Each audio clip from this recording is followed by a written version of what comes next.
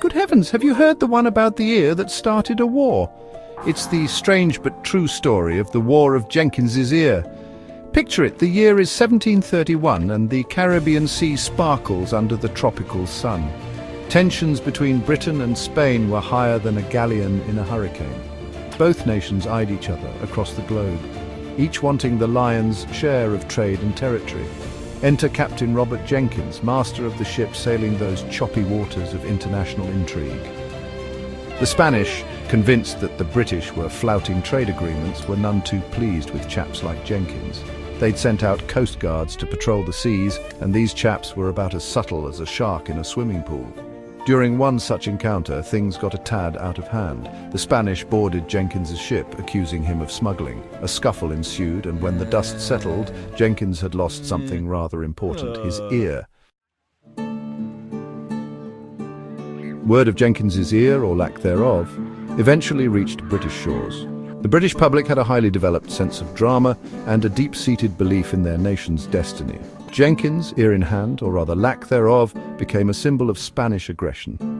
The story spread like wildfire through the taverns and coffee houses of London. Pamphlets were printed, engravings were made, and soon everyone was talking about Jenkins's ear. The Spanish were accused of barbarity, of violating the very principles of civilized behavior. Parliament, never one to miss an opportunity for a good show, summoned Jenkins to tell his tale, and tell it he did with great emotion and no small amount of theatrical flair. He even produced the severed ear, preserved, it is said, in a jar of rum. The public outcry was deafening. War was declared on Spain in 1739, and the War of Jenkins Ear had begun. The War of Jenkins Ear was not just about a severed body part, of course. It was a clash of empires, a struggle for control of trade routes and colonies, for dominance on the high seas.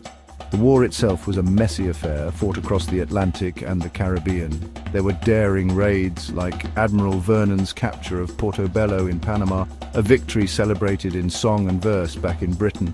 There were also costly failures like the disastrous attempt to capture Cartagena, a debacle that saw thousands of British troops succumb to disease and Spanish fire.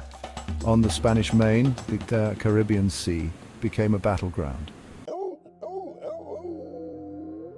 In the end, the War of Jenkins Ear, like so many wars, proved inconclusive.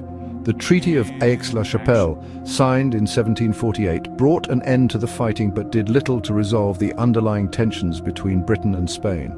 Jenkins Ear, that potent symbol of conflict, faded into the annals of history, a curious footnote in the grand narrative of empires.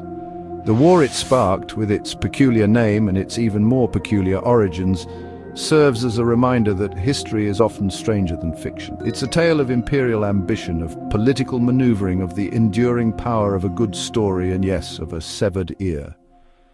One never knows when history might come calling, demanding a grisly souvenir.